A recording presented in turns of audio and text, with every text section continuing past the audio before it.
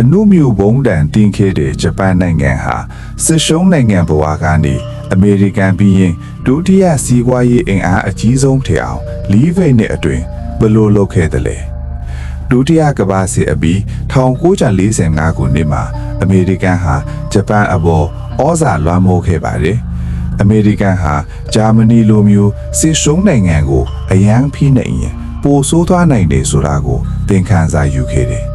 ဒါကြောင့်ဂျပန်ကိုငွေကြေးထောက်ပံ့ပြီးစစ်တပ်အစားစီးပွားရေးအပေါ်မှာပဲအာရုံစိုက်ခိုင်းခဲ့ပါတယ်။ဂျပန်ဟာအဲ့ဒီငွေတွေကိုအခြေခံအဆောက်အဦတွေဖြစ်တဲ့ရထားလမ်းရှစ်စစ်တာအားပေးဆက်ရုံနဲ့လမ်းတွေမှာရင်းနှီးမြှုပ်နှံခဲ့တယ်။1950ခုနှစ်ကိုရီးယားစစ်ပွဲဟာဂျပန်အတွက်အကြီးမားဆုံးအချိုးအကွေ့တစ်ခုဖြစ်လာပါတယ်။အမေရိကန်ဟာကိုရီးယားစစ်ပွဲအတွက်လိုအပ်တဲ့လက်နက်ခဲယမ်းတွေကိုအဝေးကြီးကနေတည်ယူမဲ့အစားဂျပန်ကိုထောက်ပံ့ရေးအခြေစိုက်စခန်းအဖြစ်အသုံးပြုခဲ့တယ်။ဂျပန်ဟာစစ်သင်္ဘောနဲ့လေယာဉ်တွေထုတ်လုပ်ခုတဲ့အတွေ့အကြုံရှိတာကြောင့်အမေရိကန်အတွက်အဓိကပစ္စည်းထောက်ပံ့သူဖြစ်လာခဲ့ပါတယ်။ဒါကြောင့်စစ်ရုံတွေပြန်လည်ပတ်လာပြီးဂျပန်လူမျိုးတွေအလို့အကွန်ရရှိကအမေရိကန်ရဲ့နည်းပညာတွေကိုပါရရှိခဲ့တာပါ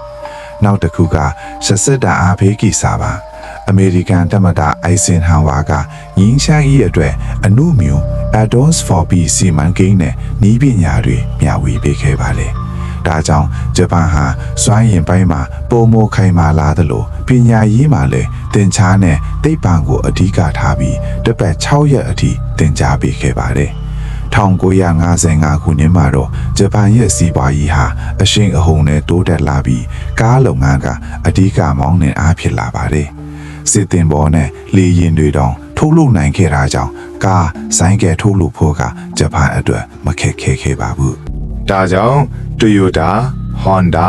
Mazda တို့လိုနာမည်ကြီးကားအမတ်တစိတ်တွေထွက်ပေါ်လာတာပါ။အဲဒီနောက်မှာဂျပန်ဟာလက်ရှိပစ္စည်း consumer electronics ပိုင်းမှာပါခေါင်းဆောင်ဖြစ်လာပြီးအဝိရှော်စဲရေခဲဒေတာ TV နဲ့ video game တွေကိုထုတ်လုပ်ခဲ့တယ်။ဂျပန်နဲ့ anime လုပ်ငန်းဟာလည်းတစ်ကမ္ဘာလုံးကိုပြန့်နှံ့သွားခဲ့ပါတယ်